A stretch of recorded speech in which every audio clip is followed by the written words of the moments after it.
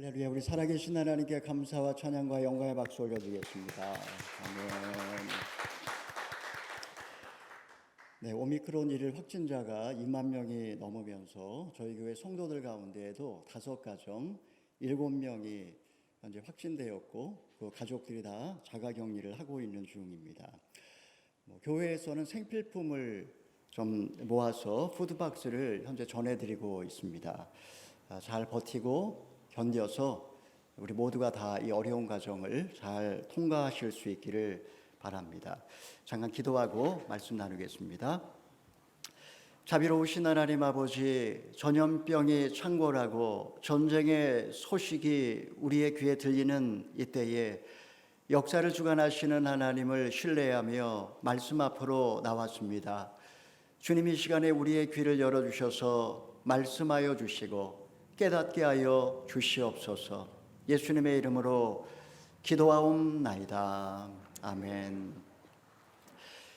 이 시간에 저는 문 앞에 서서 두드리노니라는 제목으로 오늘 말씀을 함께 나누기를 원합니다. 세상에서 가장 작은 나라가 있습니다. 바티칸 시티와 모나코 왕국과 더불어 가장 작은 나라, 노스쇼어의 한 10분의 1 정도 크기의 섬에 한 10,000여 명 정도의 인구가 살고 있는 나라입니다. 옛날에는 새들이 똥을 싸고 지나가는 섬에 불과했지만 그 새똥이 아주 값비싼 자원으로 둔갑하면서 1980년대 초 세계에서 가장 잘 사는 나라, 두 번째로 잘 사는 나라로 그렇게 바뀌었습니다. 학비와 병원비는 물론이거니와 주택까지도 다 무상으로 제공해 주었습니다. 매년 10만 달러가 되는 생활비도 통장에 넣어주는 나라였습니다. 이제 더 이상 일할 필요가 없게 되자 사람들은 게으름과 방탕에 빠졌습니다. 허드렛 일은 외국인 노동자에게 맡겼습니다. 아주 가까운 거리임에도 불구하고 자동차를 타고 다녔습니다. 과거 적게 먹고 많이 움직일 때에는 전혀 문제가 되지 않았는데 이제 뚱뚱한 사람들이 점점 많아지게 되었습니다. 풍요가 찾아오면서 그들의 삶이 병들기 시작했던 것입니다.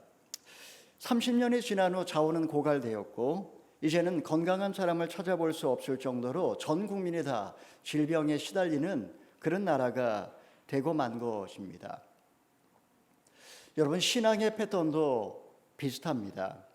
가난하고 병들고 박해받을 때 신앙은 오히려 뜨겁고 순수합니다. 부유하고 건강하고 평온할 때 신앙은 더욱 오염되고 병들어 버립니다. 전쟁이 터지고 전염병이 창궐하고 생과 사의 갈림길에 설 때 하나님께 절박하게 매달리는 반면 삶이 형통하고 풍요로울 때 신앙의 열정은 식어버리고 세상 재미에 취해 점점 하나님으로부터 멀어지는 그런 경향이 있습니다. 여러분, 요즘 어떻게 살고 계십니까?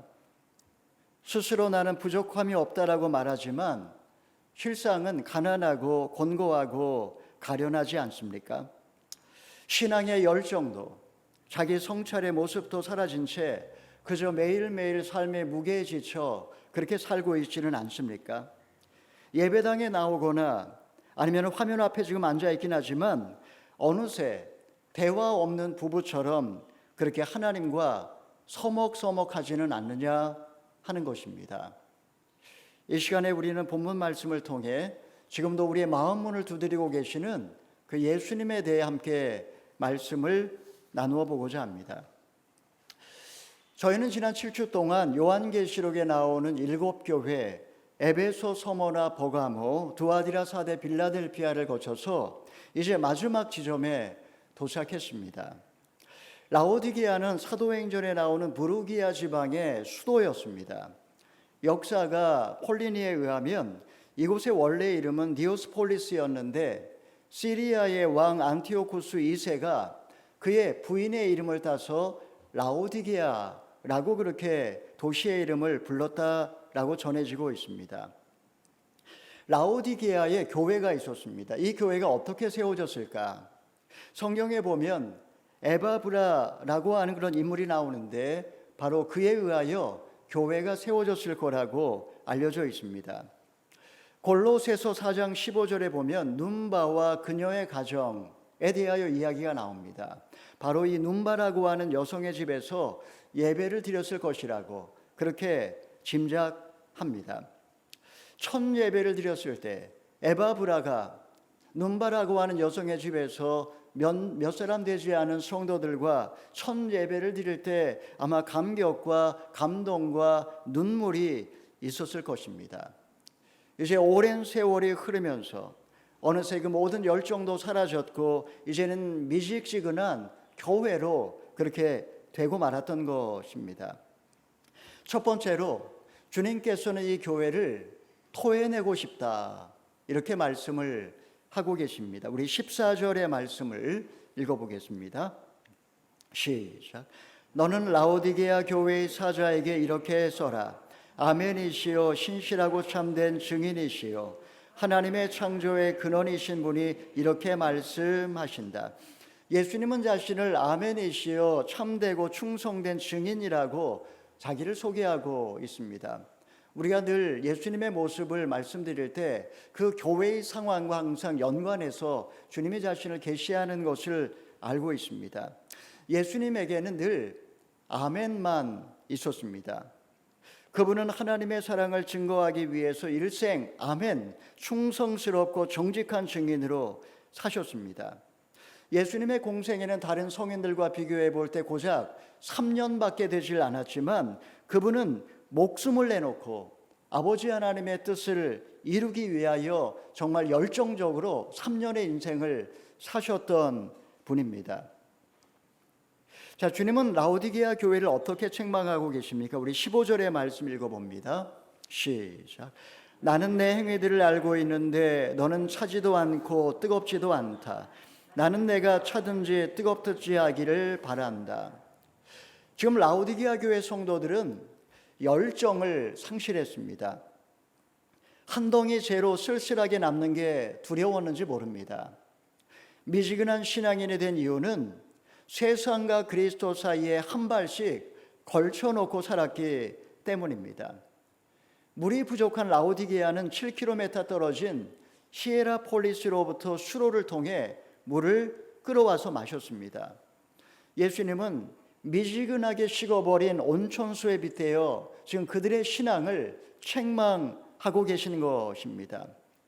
자, 주님은 열정을 잃어버린 신앙을 얼마나 싫어하실까요? 우리 16절의 말씀을 읽어보겠습니다. 시작. 내가 이렇게 미지근해 차지도 않고 뜨겁지도 않으니 내가 너를 내 입에서 뱉어낼 것이다. 고대 근동에서 사람들은 미지근한 물은 마실 수 없는 물이라고 그렇게 생각을 했습니다. 제단에서 사용하는 물도 뜨거운 물을 사용하든지 차가운 물을 사용하든지 했지 미지근한 물은 절대로 사용을 하질 않았습니다. 미지근한 물은 한마디로 말하면 쓸모없는 존재라는 뜻입니다. 주님께서는 너희가 지금 미지근하기 때문에 내가 토해내고 싶다. 아주 모욕적인 표현을 쓰시면서까지 그들을 무섭게 그들의 신앙을 질책하고 계십니다. 도대체 라오디게아 교회가 뭘 잘못했단 말입니까? 그들은 도덕적으로 타락했거나 이단에 빠지지도 않았습니다. 그냥 그저 한때는 절실했고 뜨거웠는데 지금은 말씀에 대한 갈급함도 사라졌고 복음 전도의 열정이 사라졌을 뿐입니다. 말씀을 읽어도 감동이 없고 설교를 들어도 귀에 들어오질 않았습니다. 따뜻했던 성도들과의 관계는 이제 심드렁해졌고 무릎을 꿇고 절실하게 기도했던 기억은 이제 가물가물합니다. 여러분 이것이 우리의 모습일지 모르겠습니다. 우리는 어쩌면 쓸쓸하게 한 덩이 재로 남는 게 두려워서 누군가에게 연탄 한 장 되지 못하고 살았는지 모릅니다. 나는 연탄처럼 그렇게 활활 뜨겁게 타올랐던 적이 언제 있었습니까? 그야말로 하얗게 재가 되도록 예수님을 향한 그 뜨거운 열정을 가지고 헌신해 본 적이 있었느냐 하는 것입니다. 예수님은 비록 짧은 인생을 사셨지만 교회 앞에 지금 열정적으로 사셨던 모습으로 나타나셔서 미지근하게 식어버린 라오디게아 교회를 책망하고 계셨던 것입니다. 자, 그러면 왜 그들은 이렇게 미지근한 신앙인이 되고 만 것일까요? 우리 4절 둘째로 알지 못하는도다. 우리 17절의 말씀 읽어보겠습니다. 시작. 내가 말하기를 나는 부자라 풍족해 부족한 것이 하나도 없다 하니 너는 자신이 비참하고 불쌍하고 가난하고 눈멀고 벌거벗은 사람임을 알지 못한다. 라오디게아 성도들은 알지 못했습니다. 자신의 실상을. 나는 부자라 풍족해 부족한 것이 하나도 없다라고 그들은 스스로 생각을 하고 있었습니다. 실제로 소아시아에서 금과 은을 가장 많이 보유한 은행이 라오디게아에 있었습니다. 교통의 요충지로 상업이 발달했고 갑부들이 그곳에 많이 모여 사는 곳이기도 했습니다. 유명한 병원이 있었는데 특히 귀와 눈을 치료하는 고약은 세계로 수출이 되었습니다. 양모 산업이 발달해 귀족이, 그 당시 로마 귀족들이 입는 튜닉 판매로 명성을 얻었던 곳이 바로 이 라오디게아 지역이었습니다. 그런데 이 교회, 이 지역에 있는 교회를 향해 주님은 너희가 가난하고 헐벗고 눈이 멀었다라고 책망하셨습니다. 그들은 의아했고 납득이 되질 않았을 것입니다. 왜냐하면 자신들에게 전혀 문제가 없다라고 생각을 했기 때문입니다. 다들 부자였으니 교회의 재정도 넉넉했고 예배당도 아름답게 아마 건축했을 것입니다. 풍족해 부족한 것이 하나도 없었으니 아마 목회자들조차도 크고 좋은 집에서 여유롭게 아마 살지 않았을까 상상해 봅니다. 영화 기생충을 보게 되면 주인공 가족이 박 사장 부부에 대해 평하는 대화가 나옵니다. 여러분 기억하십니까? 부자들에 대하여 그들이 뭐라고 이야기합니까? 부자들은 돈이 많은데 구김살이 없고 착하기까지 하다라고 그들은 이야기합니다. 여러분 물론 재벌 3세의 어떤 땅콩 회왕과 같은 그런 횡포 우리가 종종 보기도 하지만 돈이 많으면 구김살이 없고 착한 경향이 있습니다. 오래전에 제가 사역했던 소망교회에서 만났던 분들 한 분 한 분을 기억해 봐도 착하고 친절하고 따뜻하고 예절 바른 분들이 대부분이었습니다. 성격이 모나고 까칠하고 저를 힘들게 하는 분이 전혀 없었습니다. 지난 목요일 넥슨 창업주인 김정주 이사가 세상을 떠났습니다.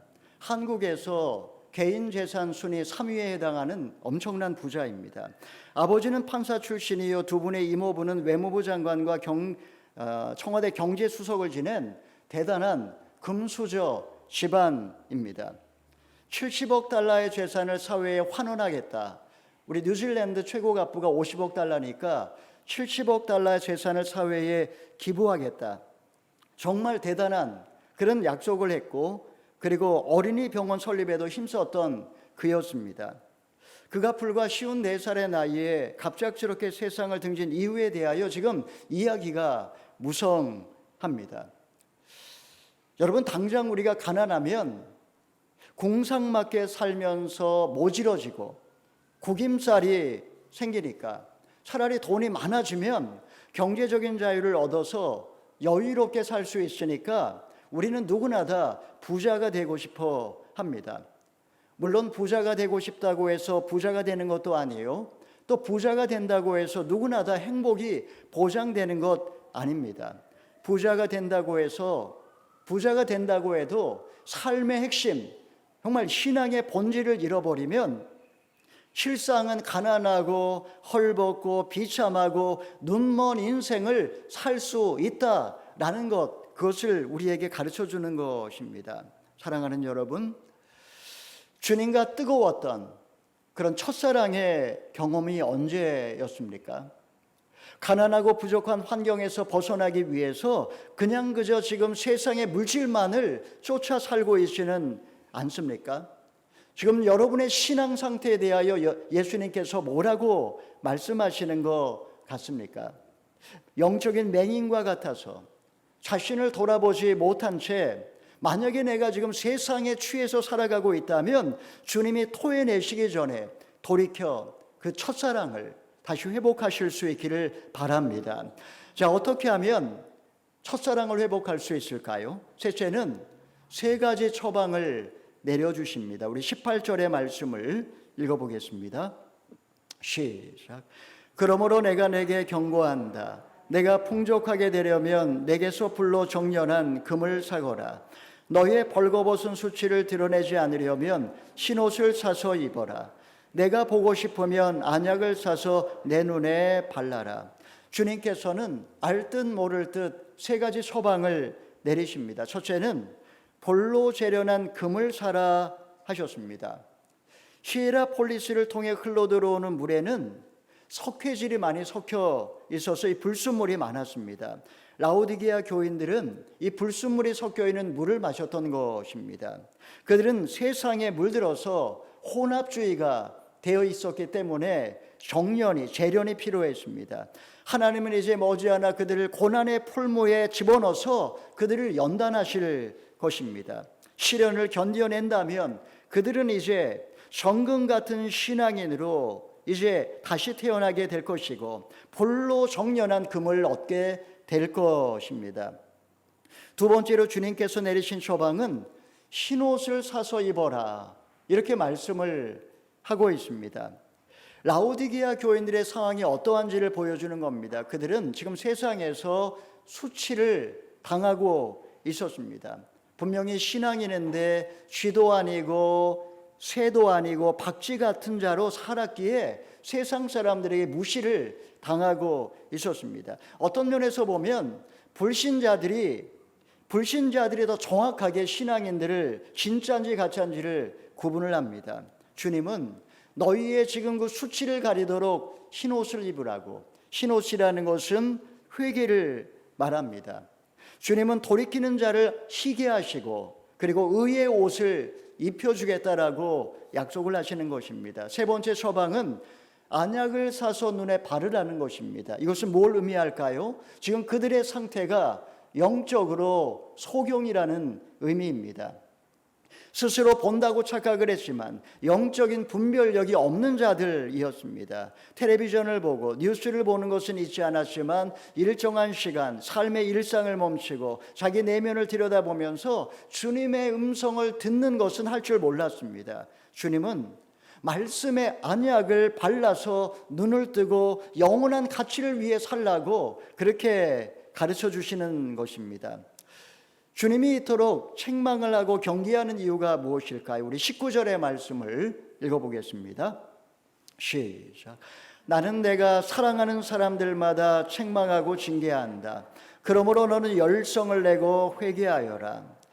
마음이 부요한 사람이 영적인 소원을 갖는 것은 굉장히 어렵습니다. 오죽했으면 예수님도 부자가 천국에 들어가는 것이 낙타가 바늘길을 통과하는 것보다 어렵다라고 말씀을 하셨겠습니까? 그런데 그렇게 어려운 부자들, 그렇게 영적 소원을 갖기 어려운 부자들이 지금 교회에 나오고 있으니 얼마나 귀한지 모릅니다. 주님께서는 내가 사랑하는 자라고 주님은 말씀을 하십니다. 이제 그들이 영원한 가치를 위해 살려면 결단이 필요했습니다.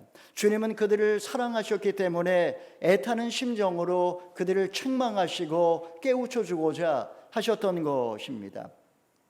다른 번역을 보게 되면 지금 너는 열성을 내고 회개하여라, 이렇게 우리말 성경은 번역을 했지만 표준 새 번역을 보게 되면 너는 열성을 내어 노력하고 회개하여라, 이렇게 번역을 했습니다. 노력이라고 하는 단어를 첨가를 했습니다. 그러니까 이게 무슨 말일까요? 미지근한 신앙에서 돌이켜 열정을 품으려면 저절로 되지 않는다라는 그런 의미가 있는 것입니다. 뭐든지 한 가지만이라도 열심히 노력하라는 말입니다. 찬양을 뜨겁게 부르든지 새벽 예배를 꾸준히 드리든지 필사를 정성을 다하든지 아니면은 큐티를 배우든지 1대1을 가르치든지 뭐든지 노력할 때 그때 뜨거워질 수 있다라고 하면서 주님은 너는 열성을 내고 회개하라, 돌이키라고 말씀하십니다.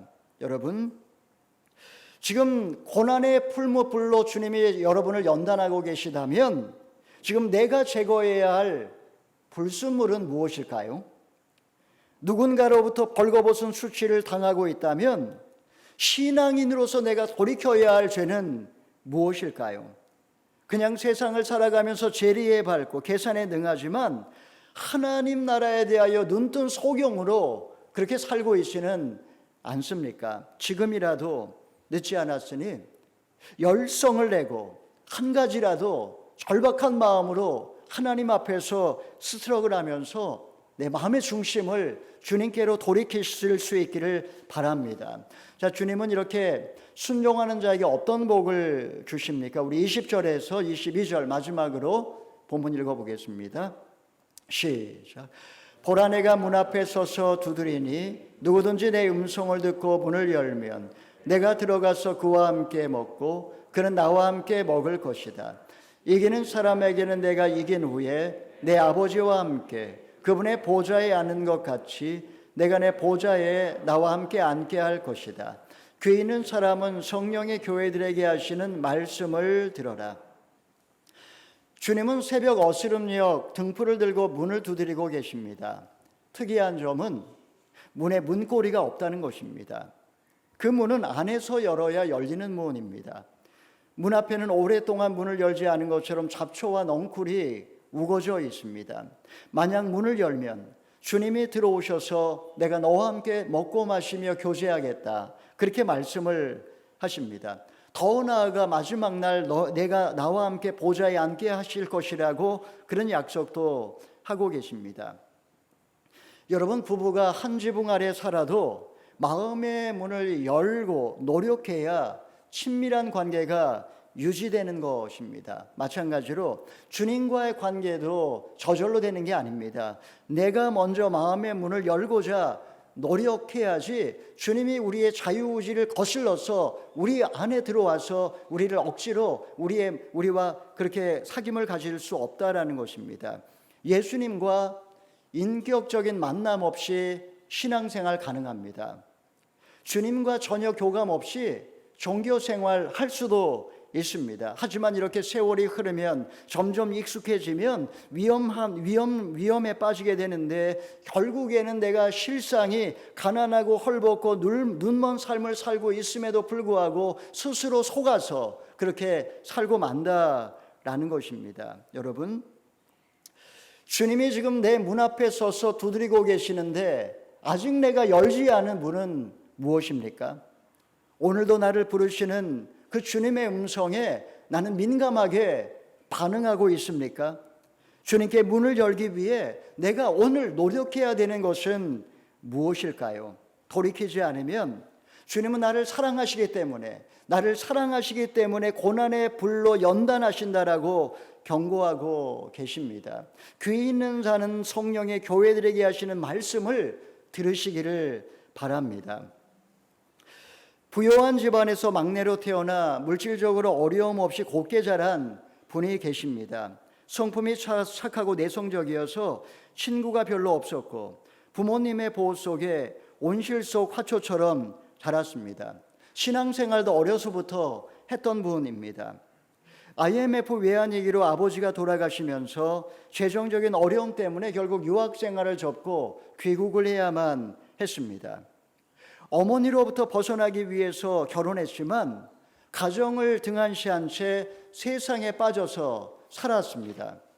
고가의 자동차를 타고 다니며 나는 부자라 스스로 외쳤지만 주변의 친구들은 그의 돈에만 관심이 있는 그런 사람들이었습니다. 결국 가정경제가 무너지고 회사는 세무조사를 받으면서 풍비박산이 나고 말았습니다. 방탕하게 살아온 지나온 삶을 후회했지만 후회해도 소용이 없었습니다. 어느 날 교회에서 분리수거를 하면서 쓰레기보다 못한 그런 쓸모없는 인생을 살아왔음을 비로소 깨닫게 되었습니다. 그는 곤고하고 가련하고 가난하고 눈멀고 헐벗은 존재, 나 자신의 자기 발견을 하게 되었고, 그리고 고난의 불로 지금 나를 연단하고 계심을 받아들이게 되었습니다. 이렇게 고난의 풀무불 속에서 오랜 세월을 보내던 어느 날, 그는 비로소 영적인 소경 같았던 그를 연단하셔서 정금같이 빚어주시는 주님을 만나게 되었고, 손장이 되어서 헌신하게 되었고, 그리고 그의 회사도 조금씩 회복하게 되었습니다. 그러니까 한마디로 말하면 고난의 불로 연단된 금을 사게 하셨고, 죄를 고백하게 하심으로써 흰옷을 입게 해주신 것입니다. 그는 여전히 미지근한 모습으로 살 때도 있고 담배를 끊지 못하고 있지만 마음의 문을 열고 주님의 음성에 귀를 기울이며 날마다 살고 있습니다. 조금이라도 살만하면 다시 세상으로 돌아가려는 그 관성이 남아있지만 말씀의 언약을 눈에 발라 분별력을 잃지 않고자 날마다 노력하고 있고, 문 밖에 서서 기다리시는 주님을 만나기 위해 절대성을 가지고 예배의 자리에 나와서 하나님을 예배하고 있습니다. 사랑하는 여러분, 오늘 본문 말씀 정리하겠습니다. 예수님은 아멘이시여 충성된 증인의 모습으로 나타나셨습니다. 라오디게아 교회 성도들은 차지도 않고 뜨겁지도 않았습니다. 열정을 잃어버린 그들은 부자라 부족함이 없다 착각했습니다. 주님은 너희가 비참하고 불쌍하고 가난하고 헐벗고 눈멀었다고 책망하시면서 신앙의 순수성을 회복하라고 명령을 하십니다. 의의 옷을 입고 영적인 분별력을 회복하라고 말씀하시면서 결단을 촉구하고 있습니다. 귀 있는 자는 이 말씀을 듣고 순종하게 될 것이고 복을 누리게 될 거라고 그렇게 말씀을 하셨습니다. 사랑하는 성도 여러분, 지금 여러분의 마음의 문을 두드리시는 그분의 소리를 들으시기를 바랍니다. 고난의 불로 재련한 금을 사고 수치를 당하지 않도록 의의 옷을 입으시고 말씀의 언약을 발라 분별력을 찾으시기를 바랍니다. 한 가지만이라도 내가 할 수 있는 바로 그 한 가지만이라도 노력을 해서 지금 이 미지근한 신앙에서 벗어나 열성을 회복하시고 주님과 더불어 참교제를 나누시는 그런 저와 여러분 다 되기를 주님의 이름으로 축원합니다. 아멘.